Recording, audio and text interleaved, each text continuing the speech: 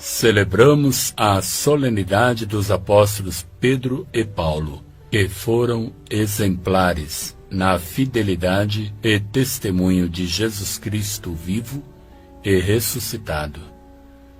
Chegaram gloriosamente à pátria celeste. Pedro pela cruz e Paulo pela espada. Com a passagem da primeira leitura, Livro dos Atos dos Apóstolos, capítulo 2, versículos 1 ao 11, refletimos sobre a missão e o testemunho do apóstolo Pedro, e renovamos a certeza de que Deus cuida daqueles que chamou, ama e envia.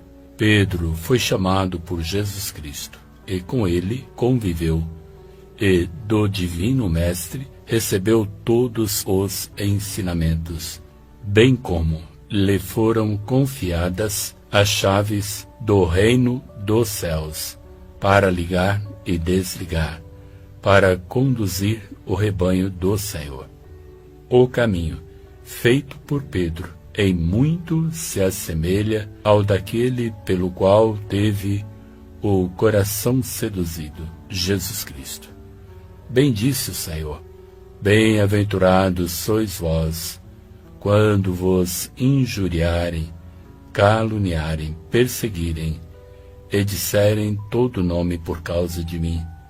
Alegrai-vos e regozijai-vos, porque será grande a vossa recompensa nos céus. Evangelho de São Mateus, capítulo 5, versículos 11 e 12. E ainda: não temais, pequeno rebanho do meu Pai, porque a vosso Pai agradou dar-vos o reino. Evangelho de São Lucas, capítulo 12, versículo 32. Os discípulos de Jesus devem testemunhar com sinceridade e coragem os valores que acreditam contra todas as dificuldades, incompreensões, perseguições e calúnias. Também contemplamos uma comunidade solidária e solícita na oração, unida na alegria e na dor, na perseguição e na vitória. E vemos como é necessária a oração da comunidade em favor daqueles que dela cuidam. E hoje, de modo especial, elevamos orações pelo nosso Papa Francisco, sucessor de Pedro. A passagem da segunda leitura, segunda carta de Paulo a Timóteo, capítulo 4, versículos 5 ao 8, 17 ao 18, como que um testamento de Paulo, um discurso final, uma avaliação de todo o seu apostolado. É uma luz que se acende para o encorajamento da comunidade e que será muito propício para o reavivamento de seu ardor evangelizador e ânimo pastoral.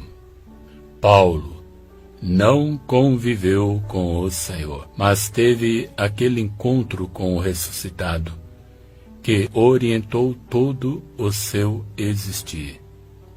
Não propriamente uma conversão, porque ele era zeloso no cumprimento da lei divina, mas aquela experiência a caminho de Damasco transformou todos os seus planos e projetos, tornando-o doutor das nações, o grande missionário evangelizador em suas impressionantes viagens missionárias. Ele se apresenta como um atleta de Cristo empenhado no bom combate da fé, suportando o martírio, ora silencioso, ora extremado, culminado em sua morte pela espada. Na passagem, temos o lamento desiludido de um homem cansado, como é próprio da condição humana. Mas tem algo mais. Sabe em quem confiou. Sabe que Deus jamais o desamparou entenda-se lamento desiludido, não como decepção, mas como a extrema confiança da missão que abraçou e se dedicou. Assim pode acontecer conosco. Podemos até nos decepcionarmos nos espaços internos da igreja ou fora dela, mas jamais com Deus. E por isto, jamais desistir da missão. Se há algo que nos entristeça, há muitíssimo mais que nos alegra.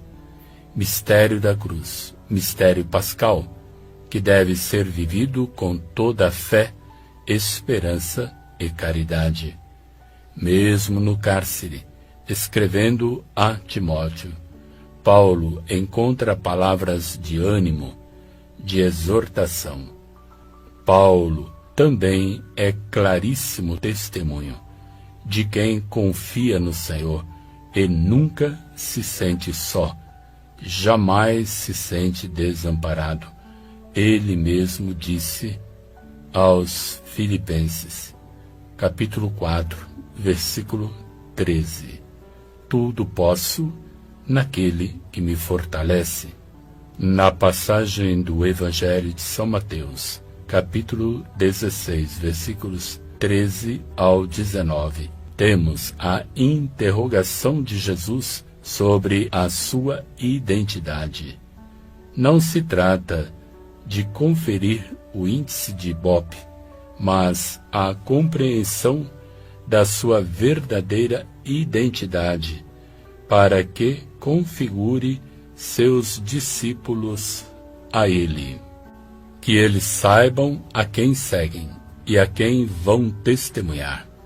Respostas superficiais e inconsequentes não agradam o coração do Senhor. Pedro, pela revelação divina, dá a verdadeira resposta. Tu és o Messias, o Filho do Deus vivo. Por isto, assim como negara 3 vezes na paixão e morte do Redentor, por 3 vezes teve que responder à inquietante interrogação de nosso Senhor: Pedro, tu me amas mais do que estes? Como já mencionei, a Pedro são confiadas as chaves, não para ser guardião nas portas dos céus, mas para conduzir, organizar, orientar o rebanho do Senhor a ele confiado. Esta é a sua missão. Esta é a missão de nosso Papa Francisco, por quem não devemos poupar orações. Reflitamos. Qual é o lugar que Jesus ocupa em nossa existência? O que os apóstolos Pedro e Paulo têm a nos ensinar? Temos consciência da dimensão profética e missionária da Igreja?